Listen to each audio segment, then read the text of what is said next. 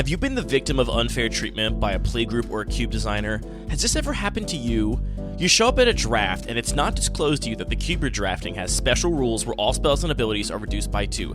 So you don't really know what to do, so you just see the card coercion and think to yourself, wow, this is better than Thoughtseize, so you just force mono black. But then in your first 2 rounds, your opponents are doing more broken stuff than you could have ever imagined, attacking for lethal on turn 1 with Devilish Valet or killing you with Aetherflux Reservoir. Then in round 3, your opponent shows their opening hand to the person sitting next to them, and you hear a bunch of scrounging around, then you hear yelling, and then one end is shouting at you that his friend kept a no-lander and says, help him, you gotta help him. But then he just plays 3 eggs back to back and laughs because he didn't need lands. He didn't need lands at all. He was just faking it. And then they get really serious and they say, it's turbo time! And they both start running around the LGS as fast as they can, jumping over all the tables, but when you try to jump in, they yell at you and say, you're not part of the turbo team! Don't run! Don't run with us! We're the ones who run! Until you're part of this turbo team, walk slowly!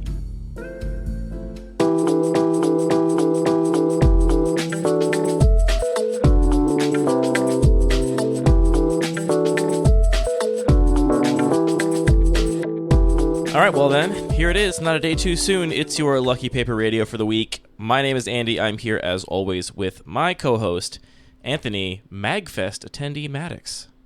Going to MagFest. Should we have told people beforehand? Because this is going to come out right as it ends. So, great meeting you if I saw you there. It didn't occur to me that... I mean, we're recording this early because you're going to be away this weekend, but it didn't occur to me to tell people, because there's probably some listeners that are going to be there. Yeah. I'll post around some places. There you go. You can surprise them. I'll have had posted. Have had posted. Are you excited to go to MagFest? Yeah, I don't know what to expect. This is my first time going to this event. I'm not a big event goer in general, so... In general, I don't like doing stuff or Hey, that's not things. true. I do all kinds of stuff and I know. things. Yeah. I'll hopefully have played a bunch of Cube. Are you going to play a bunch of Smash, too? Probably not. Oh. Maybe. I don't know. I'm not good at it. You got to get out there with that Samus and just hit him with a charge shot. They'll never see that coming. Or Yoshi down air. Yeah, they'll never see that coming either. Is this my thing, the through line in how I play Super Smash Brothers is doing things that are obviously coming? I think you have a savvy eye for good options. Okay. You choose the low effort good option where it's like, this is reasonably strong and hard to contend with if somebody's just mashing on you, which a lot of Smash players are. They just press buttons and don't really think with what they're doing, and then you just get them repeatedly. Just bounce over them and then down B. To be clear, I said Yoshi down air. You're referring to Yoshi down B, yeah, which is the that's one what I mean. That's clearly his down air. No, his down air is the little thing where he does a moonwalk on your face and he goes. That one's great. I love that, but it's hard to do. It does a lot of damage. I'm sure I say that and people are like, what are you talking about? It's like you press 2 buttons, you idiot. But it's hard. It's 3 buttons. You gotta jump and then press down and then press attack. And jump. Buttons. It's hard to do it and not jump all the way up. You know what I mean? I'm sure there's words for these. Just do the jump so you're just like at kicking at eye level. You need the short hop macro. Short hop. I can show you this. If you press short hop macro. What is this? If you press attack and jump simultaneously, it will do your short version of your hop and the attack at the first possible frame. So you can just hold down and press attack and jump simultaneously, and you will do the lowest possible rising down air. I'm trying to picture this in my brain. I guess I'm trying to picture what I do to try and accomplish this. Because that's difficult. You know the thing where you're like, what's your PIN number? And you don't... No, nobody uses an ATM machine anymore. This is a useless metaphor. Haha, you said ATM machine, but the M stands for machine. ATM machine. This is what it's called. I'm done with this. Roasted you. On the topic of roasting you, let's talk about the Turbo Cube, Anthony. Okay. We've got a couple episodes to record to get ahead of ourselves here on account of some upcoming travel, so just kind of digging deep for some topics here. And you recently, after, I gotta say, much cajoling, made some changes to the Turbo Cube that we've been talking about passively for months now. Yeah, I mean, we don't draft the cube all that often, and you gotta open up the box and sort out the cards and make plans and order cards. Updating cubes has a lot of steps to go through, but I was looking forward in particular, I'm sure we'll get deeper into this, but to changing some of the sort of win conditions that have been staples, and I think that was maybe one of the bigger changes that we did end up making. That's actually one of the first things I was going to talk about. It's only 2 cards that got changed, but I think they are substantial changes to the overall environment, and that is cutting Mystic Redaction and Teferi's Tutelage, which both of these, I mean, the exact rules text, you can look them up on the cards mentioned page at luckypaper.co/podcast/184/cards. But they essentially say, if you just keep doing what your turbo deck already wants to do, you will likely mill your opponent out in a turn or two. Yeah, so they were very potent mill win conditions. Should we mention what the Turbo Cube is? Oh, absolutely. You should start at let's take it from the top. What is a Turbo Cube for those that maybe have never heard of it? So the Turbo Cube is, in contrast to my main cube, which is kind of a lower power, very reasonable environment, it's a very ridiculous environment in which all spells and activated abilities cost 2 generic mana less. So it's sort of just like you can think of it as an emblem or just a global change to the rules of Magic that everything gets a discount. It doesn't affect colored mana, but it does mean that anything that would cost 2 and a blue, for example, now it just costs 1 blue. And the result is a lot of broken cards. You know, if you imagine we've got Thoughtseize as one of the most iconic cards of Magic. Well, here's this 2 and a black spell that you've never heard of that can just also allow you to take lands out of your hand. So it's just like more powerful Thoughtseize. And Coercion is still not good.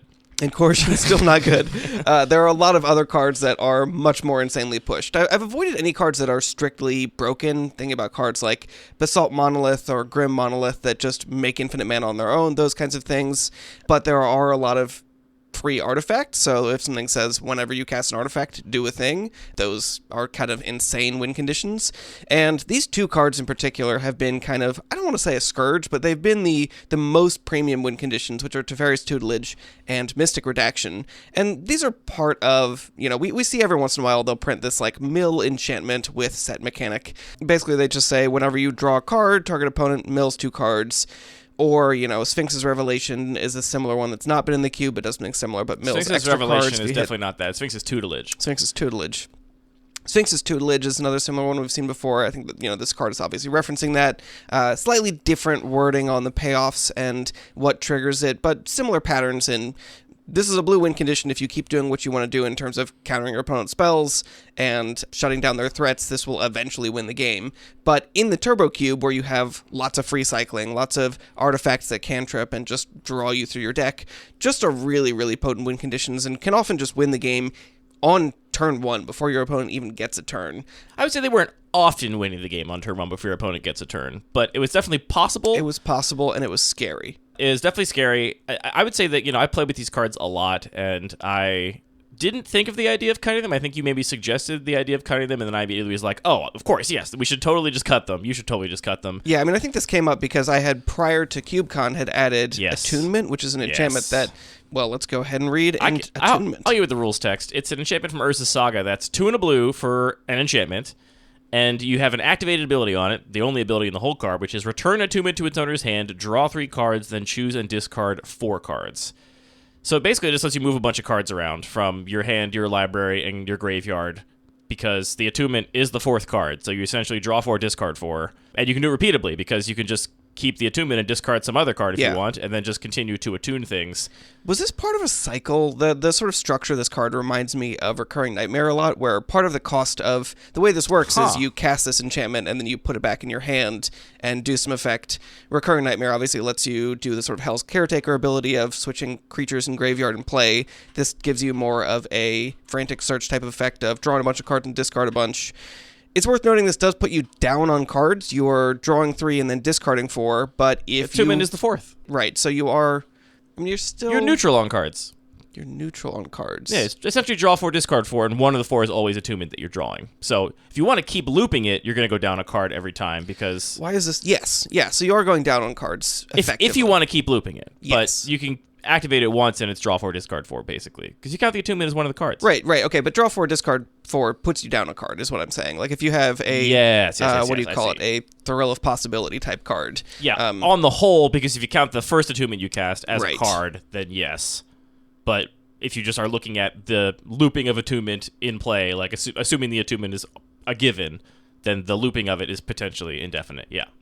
But if your win condition is Teferi's Tutelage that's already in play, this just lets you kill your opponent very quickly. So I added this briefly before CubeCon and was like, this card seems cool. And it's fun. Like, there are a lot of new cards that come out for that are immediately obviously going to be very powerful for this cube. It is fun to occasionally go back and look at older cards and think, wait a minute, I hadn't considered this before, but this actually might just interact with things in an interesting way. And this obviously works really well with those win conditions, so I had cut attunement because I was scared. I was just scared. I didn't want this to be completely busted. But then we were talking about it at the event, and Attunement is actually kind of the more interesting card because it doesn't just win the game on its own. Instead, it just rules. gives I'm you so this, excited about that this card like here. really powerful engine to churn through your deck, but you do need some other win conditions. So we discussed doing, and not everyone in the play group was excited about this. Some people just really like those win conditions. You can say it. Patrick didn't like it. James also didn't like it. Did James also not like it? He wanted to keep at least one of them. Well, what's the point of that? I don't know. That don't make no sense. So we cut those windmill enchantments, attunements back in, as well as some other changes, and it turns out attunement is very good. I mean, in the first draft with attunement in, I don't think Aaron was super impressed with it. He asked me what to do with it, and I was like, just put it in your deck, and I think you'll love it. And he was like, it was fine. It did things, but he wasn't like over the moon about it. All right, breaking news. It's fine. All right, so it seems like maybe this was part of a cycle that they kind of started and never finished. There's a card, Broken Fall, 2 and a green, enchantment from Tempest, return Broken Fall to its owner's hand, regenerate target creature. And then we have Recurring Nightmare, which I never associated Recurring Nightmare and attunement, but the association totally makes sense. And then nothing else that's really in that mold, or at least that directly in that mold, as far as this Scryfall search can tell.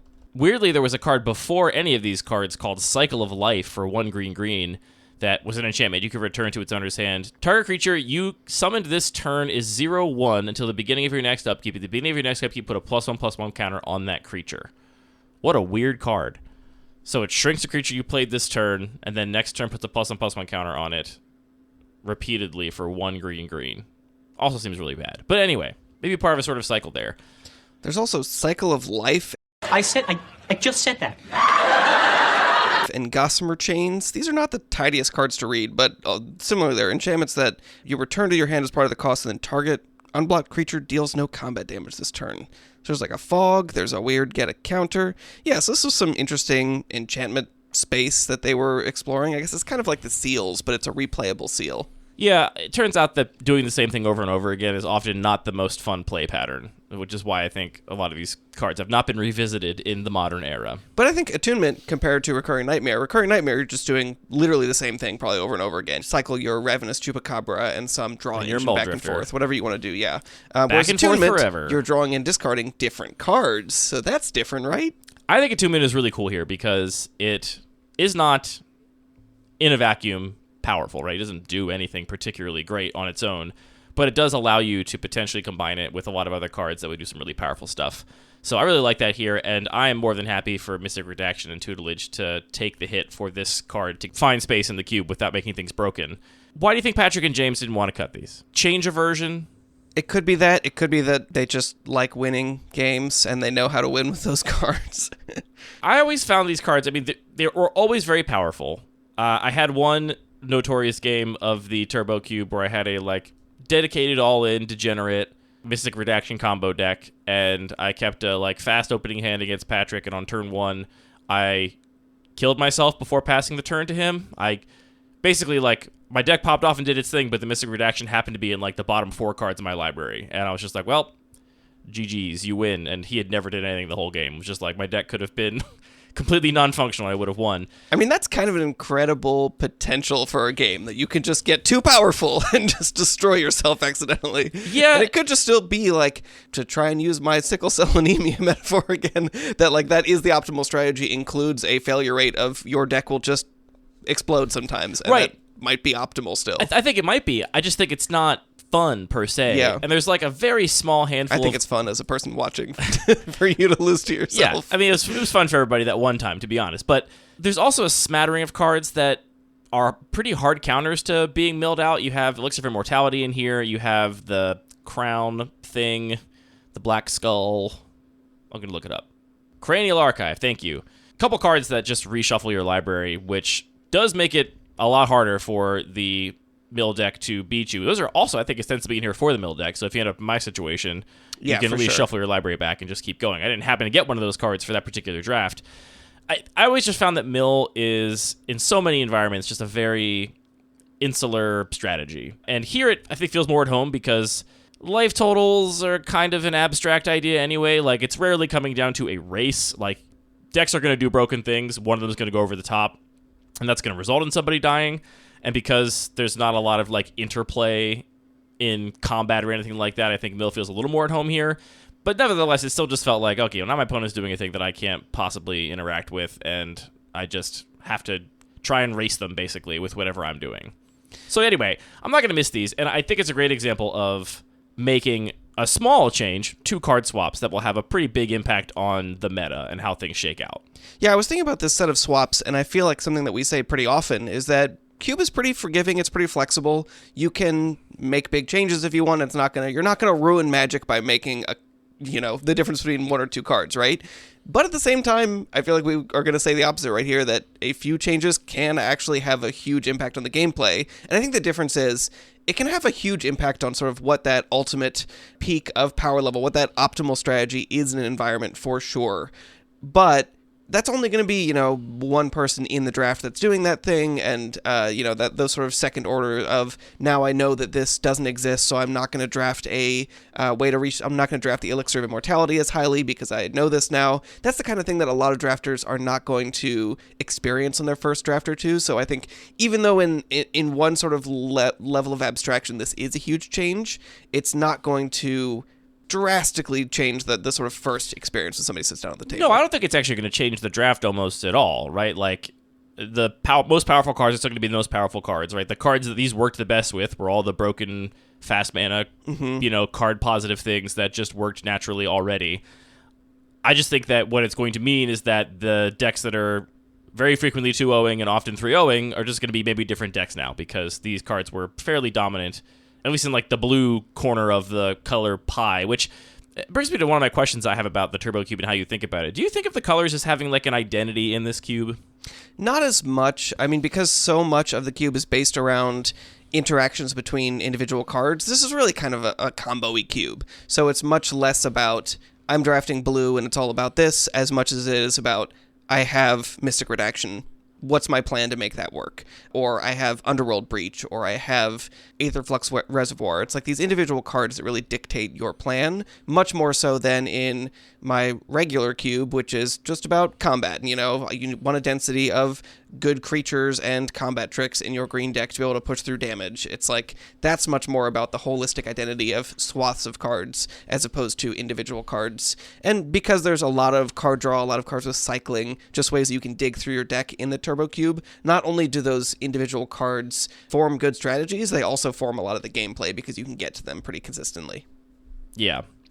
I kind of agree. I think the colors do have a little bit less of an identity, but I did look through the list, and I think there's definitely a Hate Bears, like Staxy control identity to white for sure. Yeah, that's true. So maybe I should caveat that a little bit more. Like, blue, black, and red all kind of feel like, yeah, black has a little bit more removal, and it's helpful to have that to beat some of these Hate Bears. White has this little bit of Hate Bear theme.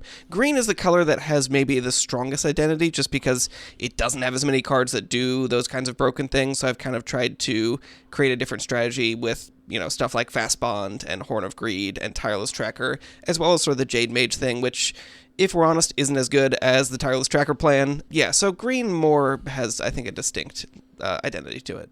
Yeah, well, what I was going to say is I think that most of the colors have a pretty strong identity, actually, maybe by accident, right? Like, white has the Hate Bear thing going on. Mm-hmm. Blue gets, in Degenerate Magic, blue just gets the best cards, and that's true here, too, I think. It also has the most artifact synergies, and there's a lot of artifacts floating around this environment, so you get a lot of just naturally good cards there. Skipping black for a moment, let's come back to black. I think red is by far the aggro color here. Like, it Definitely. That is the deck that can kill you without passing a turn, which you did on Tuesday, right? You won on turn 1? Yeah, I did have one game where I won on turn 1. It was actually less so... Well, it was on the back of having a creature with haste. It was on the back of having basically a card... What is it even called? Ring of Vulcus. It's like a Swiftfoot Boots, but does a little bit more, so that's what's in here. Putting that on an Arcbound tracker that I also put a Nettle Cyst on, and then had a Chrome Host Seed Shark that I could basically just dump my whole hand and make a ton of artifacts, and the Nettle Cyst made my tracker huge, and swing for exactly 20. So it was a little bit more of an artifact aggro. You were playing a red deck, though. Yes. But anybody can play Ring of Vulcus if they believe in themselves. Sure, I suppose. And to be honest, like, if we're talking about degenerate strategies, I think the degenerate aggro strategies are really cool because they never kill you in the same way on the first turn. It happens sometimes. It's Devilish Valet that gets huge. Sometimes it's Lelia that you exile a bunch of cards with Galvanic Relay, and that all counts. And I've also won on turn 1 with Lelia Galvanic Relay, and that is a lot of fun. So I like those decks, and red is definitely the place where those decks all shine and come together. You mentioned the land matters stuff and the Jade Mage plan in green. Whether the Jade Mage plan is up to par is another discussion, but it's definitely there. It's a cohesive identity. And I think what ends up happening with black here is, black is the color of removal and the color of hand hate and discard. And you include, like you do in every other color, a bunch of cards that are radically recontextualized and radically more powerful because they are turboified, because their costs are reduced. So, a card probably most people don't know is Deadly Designs. It's 1 in a black. No, I'm sure everybody knows this card. Everybody remembers from, what was this, Conspiracy Limited? Yeah, it's 1 in a black for an enchantment, and any player can pay 2 to put a plot counter on it, and when there are 5 or more plot counters on Deadly Designs, sacrifice it if you do destroy up to 2 target creatures. So this one actually reads kind of very clunkily for somebody who's new, because it's kind of like the choice mode on Council's Judgment in 1v1. Like, your opponent never wants to put a counter on it, except in rare circumstances where they do, but we'll get to that in a second. Yeah, the way that this is supposed to play is in a multiplayer environment, you cast this for 2 mana, and then you tell your opponents, hey, this guy has 2 huge threats, everybody chip in 2 mana and we can destroy both those threats, no problem. But here, it doesn't cost anything, so you just pay that 1 black mana, you destroy 2 creatures at sorcery speed. Or later on if you want to, or you can get into a trap where you cast this when your opponent has no creatures and your opponent just says, I pay 2 mana, what would you like to destroy? Which is a may, you don't have to destroy anything, which is nice, but I definitely had a situation where I unknowingly was like, I'll just play this out because I have a Mana Gorger Hydra I want to grow, and then the opponent asked, what does that card do? And they were actually new to the cube, and I explained what the card did, and I was like, and actually, you should just pay, you should do this. You should just pay this right now 5 times to destroy this. And they were like, is this a trap? I'm like, no, it's not a trap. I kind of messed up. Go ahead and blow up my Deadly Designs. So, all of your coercions, your stupors, your Deadly Designs, a bunch of cards in black that are a lot more powerful because of the discount, for sure. But they're all reactive, and they're all kind of like ultimately limited in their impact, right? Like, how good can a Teferi's Tutelage be here? It can be this whole card that mills your opponent for 40 on turn 1, right? Like, it has this kind of extraordinarily high ceiling. While Deadly Designs is great on rate, the ceiling is still you killed 2 creatures, which is good. It's great for 1 mana, but in an environment where tons of broken stuff is going on, it doesn't really hold up, I think, to what other colors have access to. And that's really true for almost, I think, every card in black. There are a few exceptions. So Yawgmoth's Will is in this cube, and it's fantastic here. Like all the best cards, I think you don't have to be a heavily black deck to play Yawgmoth's Will, but for obvious reasons, that card is really strong. I think Force of Despair has a really important role here. I don't know if it's like crazy powerful, but I really like it, and I take it highly. But beyond that, maybe Toxic Deluge is a card you can point at as one that Yawgmoth's Will and Deluge are like the 2 cards that stand out to me. Ultimately, I think there's just not a lot of pools into black, and a lot of the cards, even though they are a lot better, they're not as much better as some of the cards in other colors, right? Like, Devilish Valet can just kill you on turn 1. A lot of these hate bears just say your opponent's deck can't do anything until they answer this card. The blue cards have really high ceilings for all the different combo applications we mentioned. Jade Mage could just go crazy. But maybe the one other card in black that stands out is Shadow the Grave, which buys back everything that you've discarded this turn. There's definitely a high ceiling on that one. No, really that's true. comparable in terms of power level to Yawgmoth's Will in the average deck, but you can definitely build around this, and it's a card that rewards you a lot if you're able to. No, it's true. I do really like that one, and you're right. That is maybe another one that has a kind of high ceiling.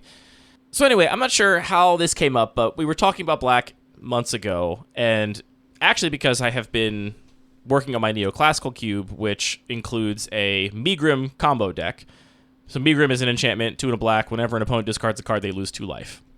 And the way you play it in like a combo-oriented deck in the neoclassical cube is you combine it with wheel effect, basically. You cast Megrim into Wheel of Fortune, they discard 3, 4, 5 cards, lose a ton of life. You play Megrim into Memory Jar, and they're usually discarding all 7 unless they drew any instants, because you're always going to crack the jar on your turn. You get to deal 14 to them. And there's also a couple other redundant pieces for this effect. So I've really enjoyed that card there, and for some reason it occurred to me, like, wait a minute, I was actually specifically thinking about how much I'm always bummed out by Harsh Mentor in this cube. This is one of the red hate bears. It's 1 and a red for a 2/2. Whenever an opponent activates an ability of an artifact, creature, or land on the battlefield, if it isn't a mana ability, Harsh Mentor deals 2 damage to that player. This card is still good here, but every time I play it or look at it in a pack, I just wish it hit Cycling, because Cycling is one of the most common abilities, and this cares about activating abilities, but not of cards in hand. It has to be a card on the battlefield, so it doesn't hit Cycling. And I was just thinking, how can we punish these Cycling decks more?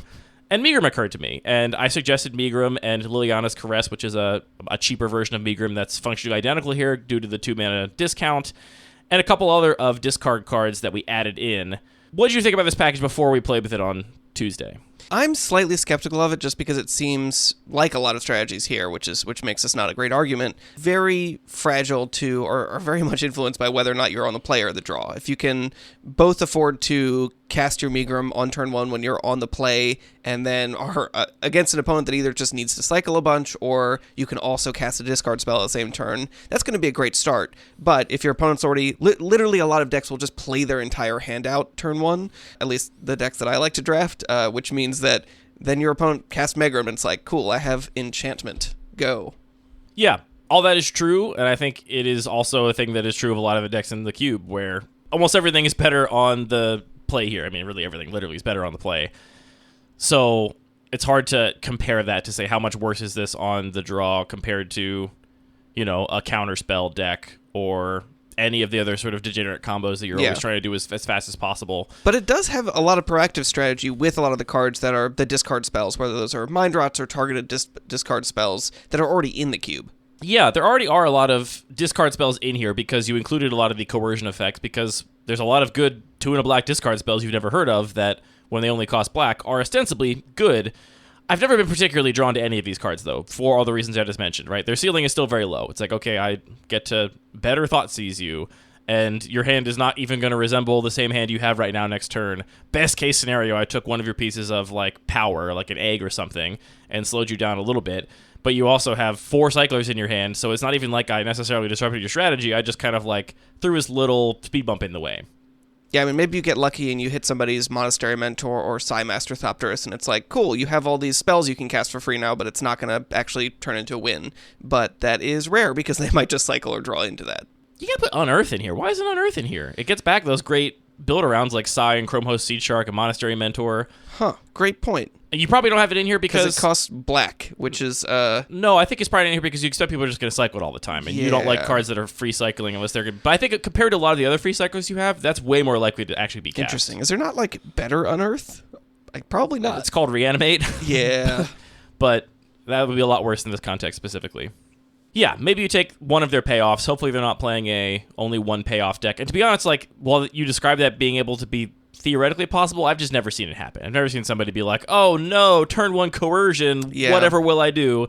It's always just kind of like, okay, I feel great that that's what you're doing with your mana instead of one of these other much more degenerate things we've been mentioning. So I ended up drafting this discard deck on Tuesday when we played this cube last. Not intentionally, though I did think before the draft, I was like, if there's a chance to play the Megrim cards, I do want to do it. And in pack 1, I mid-pack saw a pack that had both Megrim and Force of Despair. And I took the Force of Despair because I think it's way better. And I was like, if this Megrim wheels, then I'll do it. And the Megrim did in fact wheel, and I did in fact do it. And I got to play both Megrim and Liliana's Caress, which was in a later pack because no one else wanted it. I got every card we added for this package with one exception. So let's talk about the cards you added to support this package on Tuesday. It's the 2 Megrims. It's Fel Spectre, which is a Megrim ability stapled to a 1/3 flyer that also makes your opponent discard an ETB. Orcish Bowmasters, which, I mean, kind of fits the package. That's kind of just a card that's extremely powerful here. It is, but it definitely punishes very similar things. It also punishes cycling in a really cool way. Yes, it is standalone powerful, and it was in my deck, but it also does feel kind of similar to me in that it's For sure. We'll talk about this in detail, but I think there's a big difference between stopping your opponent from doing something and punishing them for doing it. And Orcish Bowmasters is firmly in the punishing them for doing it category, compared to all the White Hate Bear stuff, which is in the stop them from doing it in the first place category. Yeah.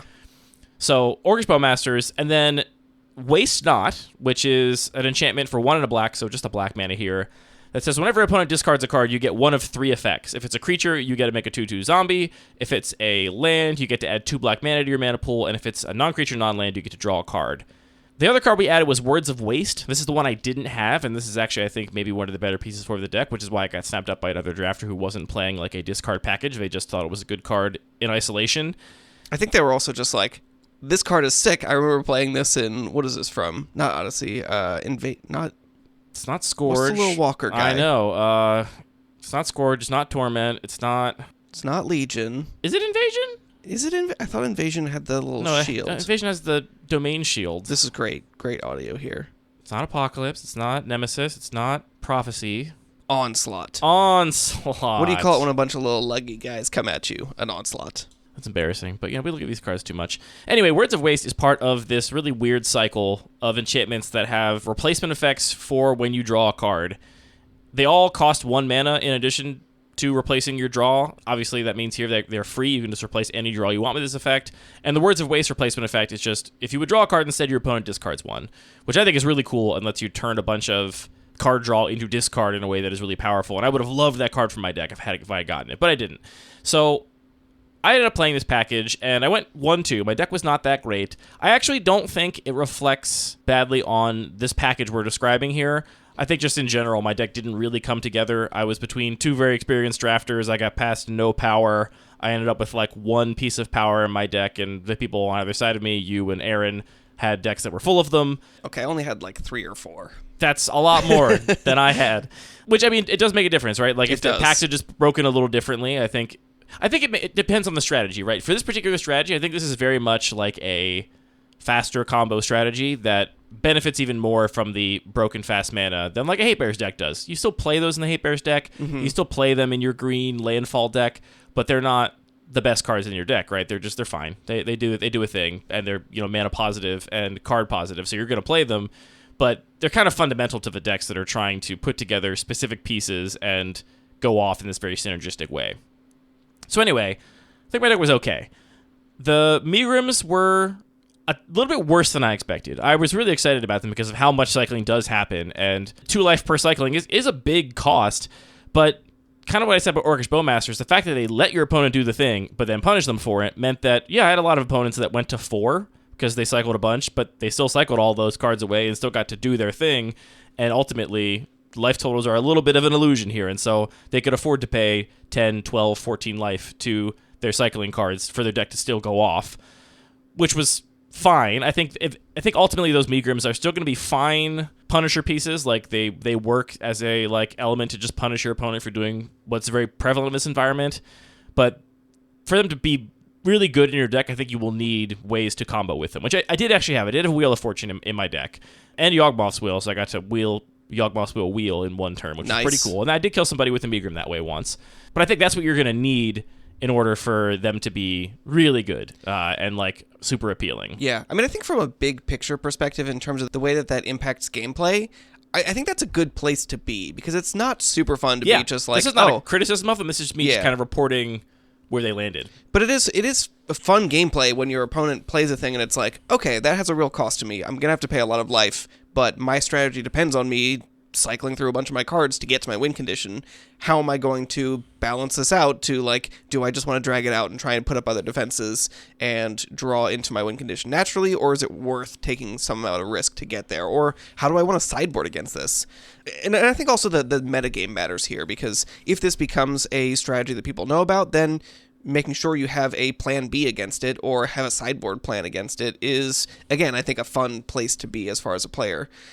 I had a similar interesting matchup where my opponent had Void Mirror, which counters everything that you cast without paying mana for, which was very, very difficult for my deck to deal with, because my whole plan was put Chromos Seed Shark into play and then dump my hand full of free artifacts. You were doing, kind of the classic broken artifact stuff that the Turbo Cube is known for. Which is, I mean, Chromos Seed Shark is really quite a card here. Really brings the room together there. And we should say that Void Mirror was a very contentious addition, because I think, me included, a lot of us were like, any deck will play this on the play, just drop it after they've done all their because it is a symmetrical effect, right? But you just drop it after you've done all your unfair stuff, and then we're like, well, your opponent can't do anything. But I think Tuesday's draft really showed me, because you can explain what happened to you with Void Mirror, but I played against it once in my deck and just didn't care about it at all. Yeah. I didn't have the powerful spells that I wanted. Like, I didn't have the free stuff that Void Mirror would shut down. And so it literally didn't affect me at all over the course of like 4 turns. I just continued to play the game, and there was no negative effect. I never tried to cast a spell without spending mana. Yeah, that's exactly what happened in my match, where my opponent... Well, it doesn't sound like, not quite, right? Well, the first part was my opponent would play their hand out and then play Void Mirror last and say go, and it was like, well, my hand doesn't really work. But their deck was also not threatening to kill me super quickly, so I just had to figure out, okay, since I can't cast most of my cards, I have Jehoira in my deck, which draws me cards whenever I cast an artifact. And to be clear, you actually can cast your spells. Them. They just get countered. They just get countered. So my plan was, well, I'm still going to just do my best to get Chrome Host Seed Shark and Jehoira into play, and then I will just cast all these artifacts which are going to get countered through this Void Mirror, and they're all going to go to the graveyard, but I'm still going to be drawing cards and making sharks at the same time, or making incubator tokens, whatever they are. So it was fun to have that counterplay of, like, Void Mirror is very good against me, but there still is a way for me to get around that. And then I also had Rebuild in my deck, so it was an interesting plan to, can I bounce the Void Mirror just for one turn, that card returns all artifacts to their owner's hands, and then recast all of my stuff before the Void Mirror can hit play again. And I've had actually matches in the past where, I'm trying to remember how this happened exactly, but Void Mirror ended up in play, I think 3 or 4 different times on both players' sides. It kept getting stolen or recast or destroyed and redrawn, because everybody was just like, yeah, as long as I'm ahead on board, I want this in play, and we have ways to do that. So it's turned out to be a more interesting game. All that to say that I think that those kinds of things that aren't completely shutting you out, but still have some ways around them, create some of the more interesting gameplay. And Megrim is a great example of a card that just puts a lot of pressure on you in a certain way, but that still gives players choices underneath them. Yeah, I mean, after playing with it, even going 1-2, I'm excited to play with it again, and I think it still is a pretty decent fit for the environment. One of my games against Aaron, I had a turn 1 Orcish Bowmasters that if it had been a Megrim, he would not have been able to win, but Orcish Bowmasters, he drew, I think, 10 or 11 additional cards, so I did 11 to him and had a giant token, but he still just won on his turn, and so it was like, okay, well... That is...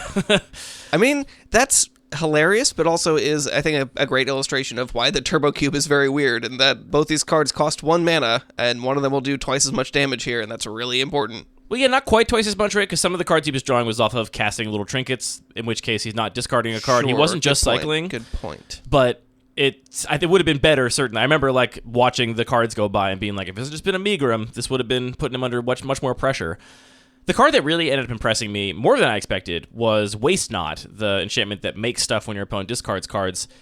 I didn't think this would be that great because my first thought was, well, discarding a land to give you mana, certainly they can just do it on their turn, and it's very rare I'm going to have anything to spend that mana on. So if they have like lands they're going to cycle away, then they can just do that then.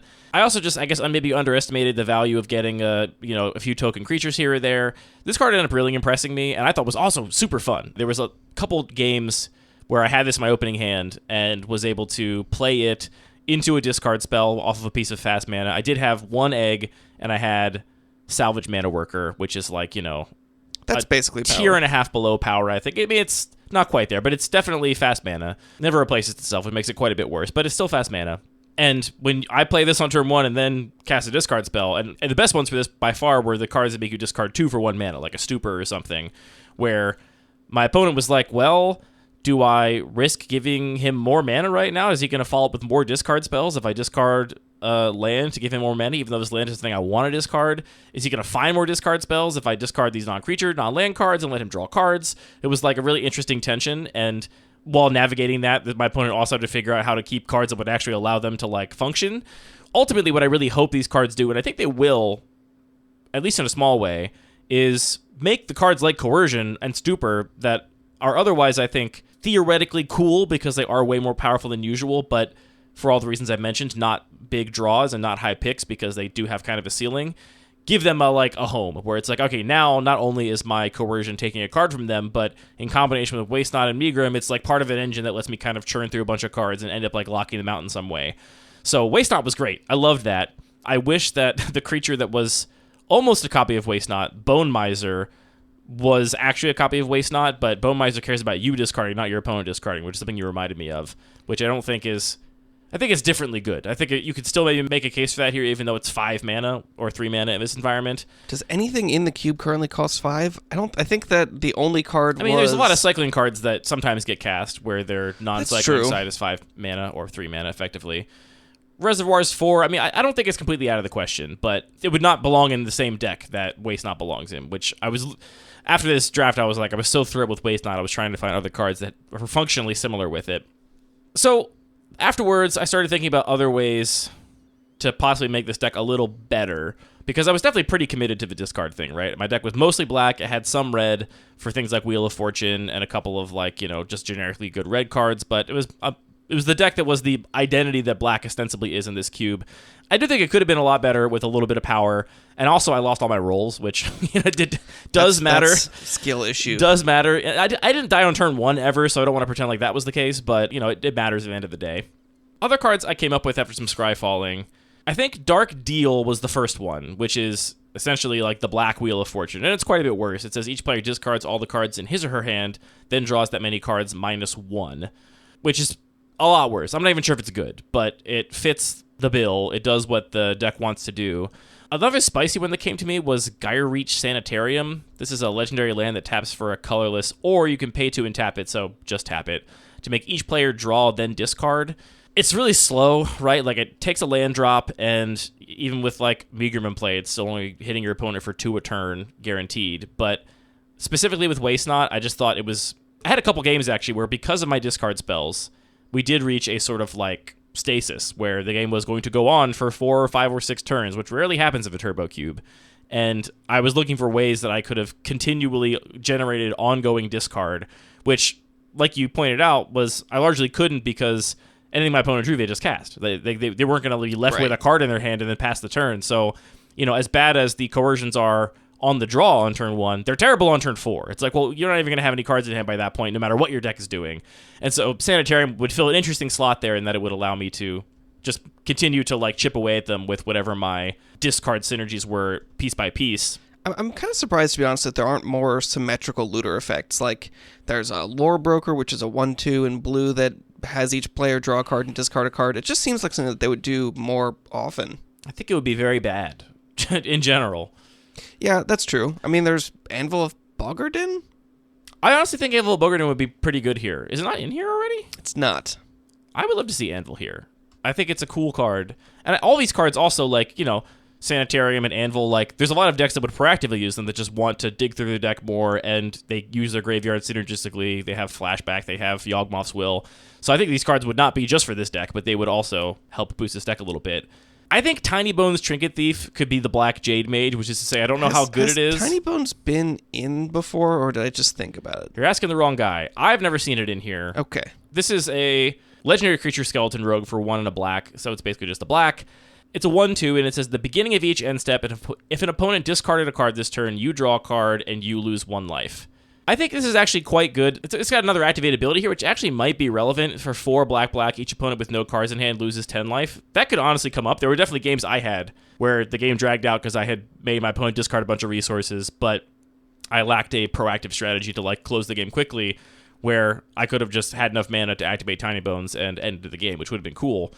Yeah, I think the bigger issue for me putting this card in this environment is just that anything that says at the beginning of your end step or beginning of your upkeep, there just aren't a lot of end steps or upkeeps, so they end up just not doing all that much. But if this is part of a slower, more controlling strategy that is actually trying to make more turns happen, that starts to make a lot more sense. I think it might be, and I said it's the Jade Mage because I don't think it's great here, the same way that Jade Mage isn't great, but it keys off of what the color is trying to do, and it indicates that to drafters, and I think in my deck, I certainly would have played it over.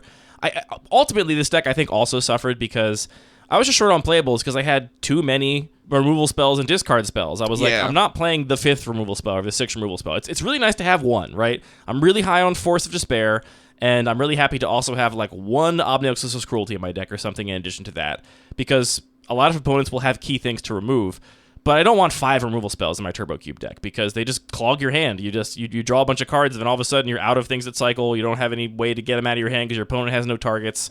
They're really big liabilities, I think. So yeah, I mean, I think maybe that could be a little bit of the way the draft broke down, because I feel like my expectation would be a lot of those removal spells would get splashed pretty frequently, because if I'm playing the blue-red aggro deck that I always play, I also love to have one or two ways to just like hard deal with a Phyrexian Censor or a Boromir or whatever that's just going to shut my deck down. But if people are not... I think you're alone in that, frankly. I don't think many people are looking to If splash other people were Obnixilis' drafting like me and just splashing Obnixilis' Cruelty, we wouldn't have this issue.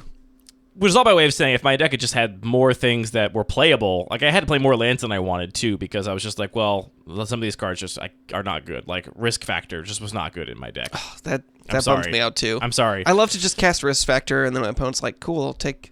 What does it do? 3 damage? 4. 4 damage, great. And then cast a Fiery Confluence, and just, that's great. You gotta try that sometime.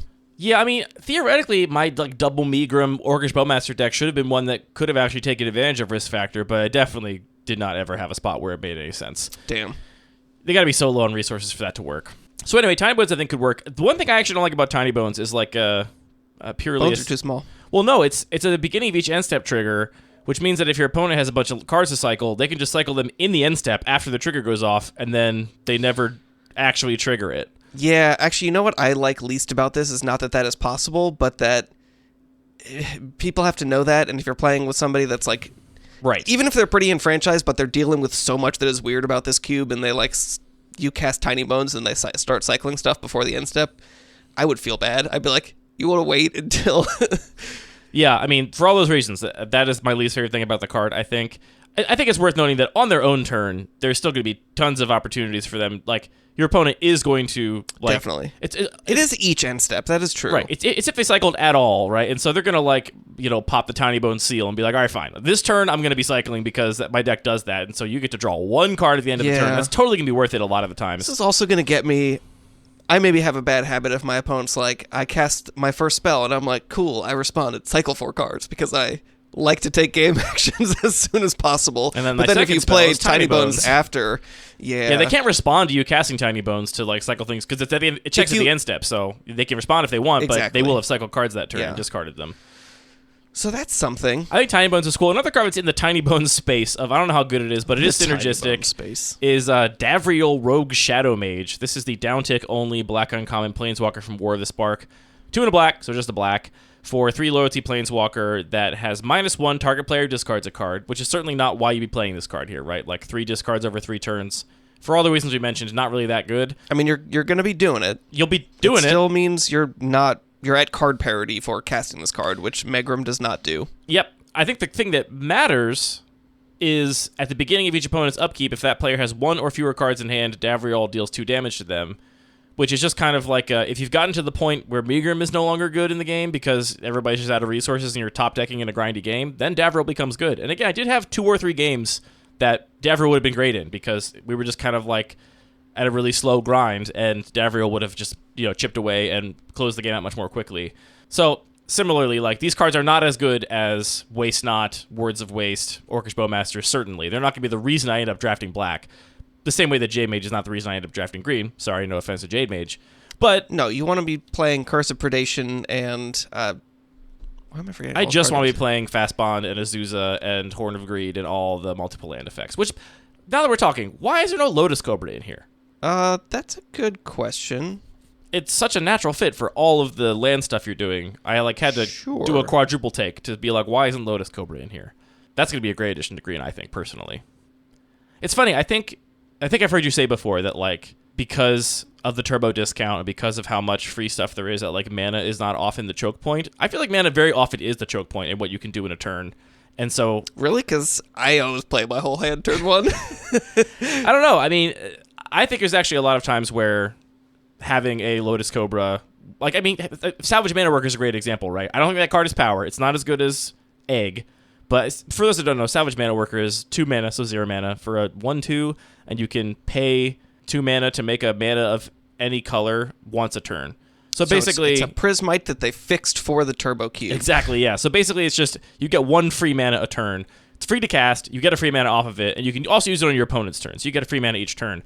That card never replaces itself. It's not card positive, so it's not as good as any of these eggs. But I do still think it's really, really good here because mana is so often what I'm choked on when I'm trying to actually make my deck come together. Yeah, I mean, you also cast it. I think it's great in blue decks where you can cast it for nothing. You pay nothing to make a mana to do something else, and then you have mana up for a counter spell on your opponent's turn. Yes, for sure. Okay, we can cut some green spells. We can cut up Hooting Mandrills. Who needs that? The Delve stuff. I'm sorry. Gurmag Angler, Hooting Mandrills, you are just not. Look, we gotta try stuff. Mir Superior is not getting there. These cards are certainly not getting there. Yeah, fair. Okay, Mir Superior is fine. Mir Superior is not getting there as in Mir Superior is not a huge bomb, but it's still quite good in like an aggro deck. Cut it. It's too cool to cut. It's too cool to cut. I totally agree, but I think it also sets the bar for how good a like undercosted beater can be. Sure. It's not a bomb, therefore a delve creature is I think a non-starter. One last discard spell I came up with here, which is just another unburdened variant, Heartless Pillage, which sorcery for 2 and a black, target opponent discards 2 cards. There's a lot of those that have some little upside. The little upside on this one is raid. So if you attack with a creature this turn, you create a treasure token, which means that this spell was ostensibly free to cast and also will maybe fix your mana. You know, you spend a black mana to cast this, you can then have a mana of any color to cast something else. I think that's probably one of the better 1-mana discard 2s in this cube. Not as good as Stupor, but probably the next best one, I'm guessing, for this environment. I don't know, honestly, how I missed this, because there are a bunch of these variations of Mind Drop with set mechanic, and this one does seem pretty good. Yeah, I mean, it's very easy, I think, to overlook them when the set comes out because I look at every card that costs 2 and a single color pip every time. Yeah, but you have to comes process it every time. Like, is this? I don't know. It seems like a lot. I have a couple more little suggestions here for black that I already mentioned to you, but I want to mention on air just to like round out this discussion. These are not related to the discard deck, but are just other cards I think are generically good here. I think Phyrexian Rager is great here, and you seemed receptive to adding this in. Yeah, you don't have to twist my arm to get me to do that. Yeah, I mean, it's a 1-mana 2/2 that draws a card and loses a life. I think that's fine here. It's like great filler. It's exactly the kind of card I would have much rather had over my 3rd, 4th, 5th, 6th removal spells in my deck. Like, just give me anything to like keep the wheels going. And the fact that if you build a synergistic deck, finds you more of your synergistic cards, like it can kind of just fill an empty space, which is nice. I also think Priest of Gix is fantastic here, and it's got such cool old school flair. Like the original printing of Priest of Gix is a card I remember from when I was a kid, the art being very odd sexual. Interesting. It's a very ripped, topless man who's part machine. But this is just a 2 and a black for a 2/1 that when it enters the battlefield, you add black to your mana pool. And you're on Ardent Electromancer in red, which is a similar thing true. for this red is basically mana. the same. It's very similar. But reads cleaner. It reads cleaner, and I think it's actually better. Electromancer as a baseline is free, right? But yeah, it always triggers on itself, so it's... Yeah, I think that the party thing on that card is kind of flavor text or trinket text. But I love that card in the aggressive decks because, again, so often it's like, well, what's going to stop me from killing them on turn 1 here? It's like, can I get to that 3rd red mana on this turn or not? And similarly, if I had Priest of Gix to start my turns with, let me Priest of Gix into Waste Not into 2 discard spells, like... That's the best possible start I can ask for. I mean, that's an incredible start. I think those are other cool additions that can maybe give this deck some legs. Yeah, something else that I was thinking about in black when I was just looking at more options here, there are a lot of 2 and a black cards that have something to do with getting value off of sacrificing things. So if we're doing things like playing your Phyrexian Rager and your Priest of Gix that are just making some bodies incidentally while you are making mana and digging through your deck, stuff like that, having other ways to just use those bodies as a resource could be very cool. And specifically what is appealing there is, for a brief moment, I included Bitter Ordeal, which is the card with Gravestorm and lets you rip cards out of your opponent's library, which is cool, but confusing. I think it's also very powerful and kind of... Well, it turned out it triggers only on permanents going from the battlefield to the graveyard. Oh, it has to be from battlefield. Not it things can't be that things cycled? Not permanents that you cycle, which was... Interesting. I know we had some confusion about that because Turbo Cube's weird. It's a lot to keep track of, which is maybe another knock against it. But if there is more of a get things from the battlefield into the graveyard kind of strategy, then that starts to become an interesting card. Because again, some decks will have a few key cards that they really need, or... maybe it's key interaction. You just cannot beat a Phyrexian Censor otherwise, so it might end up being just a powerful for sure counterplay. If it literally is just permanents that go to the graveyard, then I think that could be interesting. I think overall the play pattern of I just rip all the good cards out of your deck is miserable to play against. It's like, okay, well, I got to keep playing. But if we're going to do it somewhere. That's true. This is the one place where it would make sense. So I'm definitely open to playing it again. If you are looking for more cards in the sort of sacrifice venue, another card I came up with in my search was Ruthless Knave. 2 and a black for a 3/2. It's got an activated ability for 2 and a black, and sacrificing a creature, you make 2 treasure tokens. So that ability, once you pay into it, will be a mana positive ability. Obviously, you have to keep throwing creatures into it, which is not going to be possible indefinitely. But there's definitely potential there for this to be good. I'm not sure it is, but there's probably some decks that can really take advantage of that. Let's close, Anthony, on what are you looking for to determine whether or not these changes over the course of the next few drafts are successful or unsuccessful? Like, what will you be looking for, and what kind of feedback you're hoping to get from players that will either cement your commitment to this package or make you cut it and try something else? I think the thing that I'm always looking for in the Turbo Cube is maybe two things. One is just having more discrete deck diversity and not just have everybody be a purely just, I'm going to do the artifact combo, which I think we've been fairly successful at that. A lot of the decks that counter that kind of gameplay have become good enough that when you're playing with a deck of people that are pretty familiar with the cube, people do respect that and they have a plan B. And the second thing is just that, like we've sort of hinted at or said directly a couple times, this is a fast cube where being on the play versus the draw matters a ton. So I think that even if these decks really can profit off of taking advantage of, being on the play so you can force your opponent to discard a lot of cards, if the games still take longer and there's still more back and forth, that could potentially still lead to overall feeling less lopsided in terms of that dice roll, even if the person doing this knows that that's not true. I think it works a little bit with some of the flagship cards in black we already mentioned, like Force of Despair and Toxic Deluge. Those are great cards that kind of reset who was on the play in a lot of cases. I mean, there's a lot of non-creature permanents that matter, but being able to start your turn with a board wipe and then do your whole thing afterwards means that, even if your aggro deck pops off on turn 1, unless you literally kill me, I just get to wipe the board and then make you discard a bunch of cards, and then we set up for a long game where I know that I have these engines that are going to grind you out eventually. I like the idea of black becoming it kind of already is, but maybe it's just really underperforming, like being the control color here, where it's the one that's most likely to have removal for your key pieces. It's the one that's most likely to be able to thought seize an important piece away or coercion an important piece away and like take apart your combo. And then I think the way to do that is to have like a synergistic core that works with the cards that you want to be in that engine already. Yeah. And we had also talked about some of the new black removal that also can hit enchantments, which I think that for what's in here could make a lot more sense, because if you are the control color, you also need to deal with that fast bond or Mystic Redaction's gone, but maybe you can... as someone that got my absolute... Can you even... What do you do about attunement? It's like Recurring Nightmare. You just can't deal with it, right? I think you have to stop the things that make attunement good. Like, attunement is not that good unless your opponent also has a thing in play that benefits them from discarding or triggers off them drawing additional cards. Like, it's a cool build around. It's like I guess you deal with the creatures instead of the Recurring Nightmare, which never actually worked, so... yeah. But that's because attunement is not just a graveyard, though. Anyway, as someone who lost to Molten Nursery from Aaron's deck on Tuesday, that was the card that just killed me, even though And he didn't even bother. He could have killed the Bowmasters, and he didn't even bother. He was like, whatever, I don't care. I'm just going to kill you instead. Aaron's so rude. He just always does He's that not. kind of stuff. He's the kindest man ever. But it's funny. I literally, for some reason, like, I've seen Nettle Sentinel, essentially the creature version of Molten Nursery, a million times in this cube. I feel like it's like a card I identify as like a Turbo Cube build around. I just had never seen the card Molten Nursery before. I'd never played it. No one ever played it against me, and it's just a much, much, much better. Nettle Drone. Nettle Sentinel is the green Nettle guy. Drone. I'm like, Nettle isn't Drone. that the green guy? Oh, God.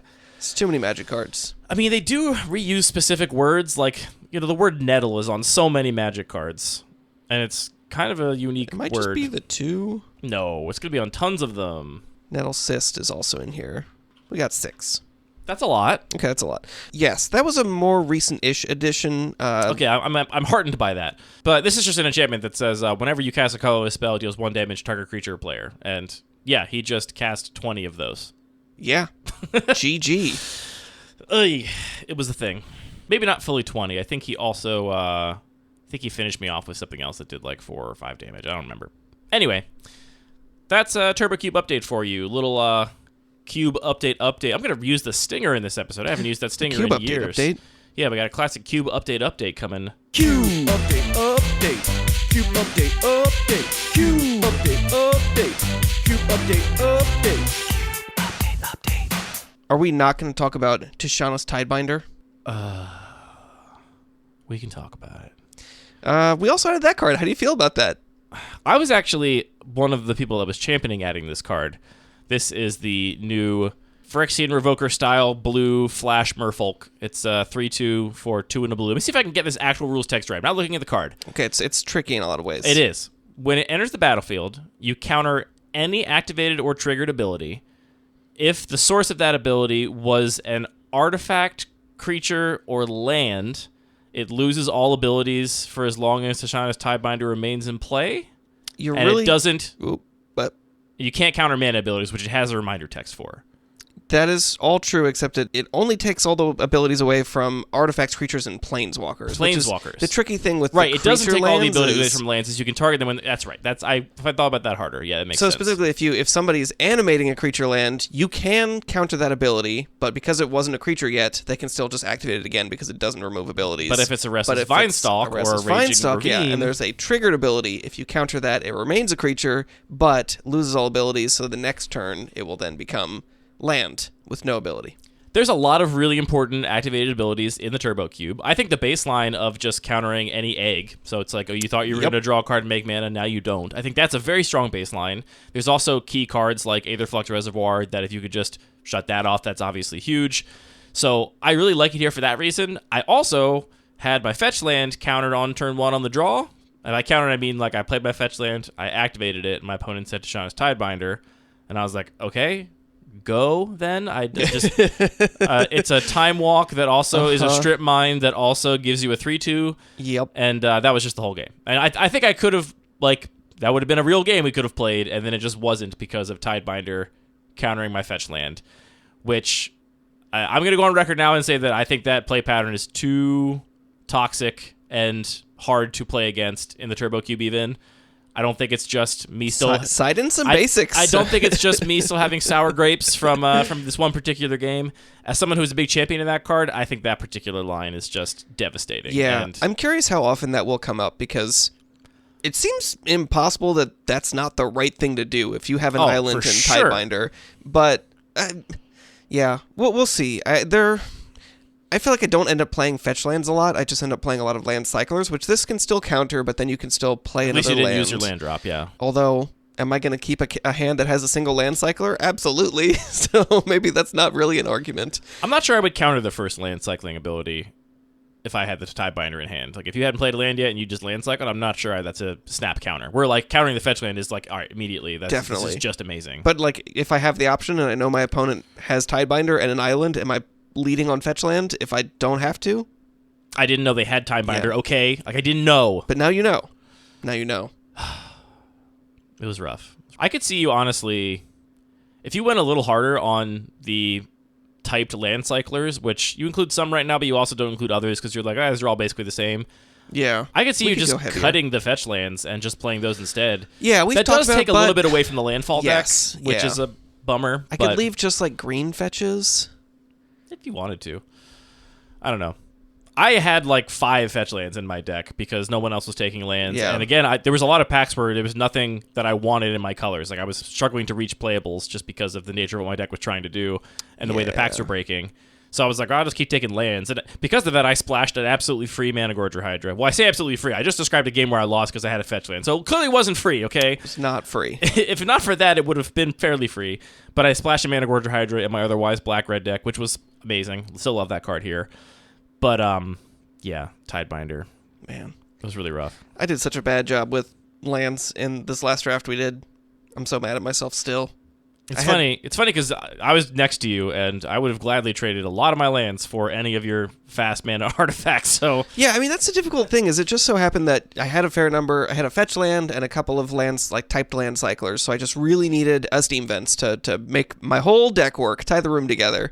And then I opened one of them. I think it was pack 3, but there was also power in the pack. So it's like, I guess we're saying power. It was like Guild Globe or something, or Golden Egg. I mean, that's better than power. It's better than power. Yeah. And so I was like, maybe I'm going to wield this. Plus, I haven't seen any other Steam Vents, so they must all be in this third pack. You assumed they were all in the third pack and not that there was a red-blue player that was taking them? I had reasons to think that there wasn't, but maybe it was because I was dumb. And then I got past one, like, 6th or 7th pick, and I was like, here's the other half of my combo that I really need. Okay, this was wholly on you. I was about to say that there's a lot of circumstances where I even just take that first one, even over the golden egg or whatever. I probably should have. It probably because it's the kind of thing. It's a great example of the kind of card that will matter every game, and it really, really mattered. Like, if you have 3 typed land cyclers and a fetch land, like almost every game, it's going to matter. You have that Steam Vents. You're not going to draw the Guild Globe every game, even though when you do draw it, it's going to be really good. But I had 5 cards in my deck. What was the other half of the combo? Was it Farmstead Gleaner combo? It was Gleaner combo, wasn't it? Gleaner combo. Was that even end up being any good? It would have been great if I ever. Well, I mean, that's literally the thing, is there were so many games where, I had my expedition map and I really wanted to go fetch Tolarian Academy, but I had to fetch my fiery islet because Lol. the only way that I was going to make anything out of my hand was to have both colors of mana. And similarly, there were turns where I could have. And you thought you could wield the steam vents. If I could get the Tolarian Academy, then I could easily Gleaner somebody, but... And you thought you could wield the steam vents, not the other half of Farmstead Gleaner combo. Yeah. Well, we all make mistakes from time to time. Look, it's been taken from me before. All right, well, that's this episode of Lucky Paper Radio, just talking through some changes to the Turbo Cube and the mentality behind them.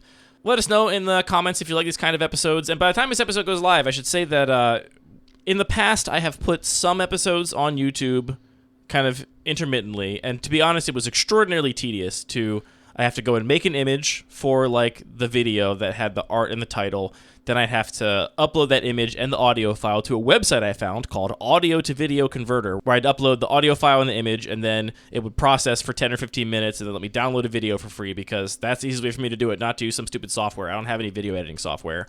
Do that, download the video, upload it to YouTube, copy all the show notes over to the sort of thing. I did that for a lot of episodes, and then I stopped for a while because it was really tedious and because they weren't getting that many views, because just the experience of the podcast with no video, I think, is not a great experience on YouTube personally, though I'm told that a lot of people use YouTube to listen to podcasts. All by way of saying they've added a feature now that allows us to just directly import an RSS feed. So by the time this episode is out, all of our back catalog will be on YouTube in a playlist for the podcast, and all future episodes will be up in a timely fashion. So I don't recommend listening on YouTube. You're probably going to get ads. It's a platform that we don't control. I'd much rather you subscribe to the RSS feed through some podcatcher of your choice. But if you really want to listen on YouTube, it's there for you, so be aware of that. That concludes this episode of Lucky Paper Radio. Thank you for tuning in. All of our music is produced by DJ James Nassy. All the magic cards are produced by Wizards of the Coast. This podcast is produced by Anthony and I, thinking really hard about magic cards. I've been speaking into microphones about it. TikTok, how long until we cut Tidebinder? I gotta be careful. I keep saying we cut. It's not my cube. You're in control here. I love the cube. I feel a lot of shared interest. I'm invested in the cube. Mm-hmm. Just by drafting a cube, you're changing it, because you're gonna shape what the cube designer sees in the decks that are drafted. So you're part of this. Yeah. Patrick actually felt bad for Tidebindering me. He tried to buy me a drink.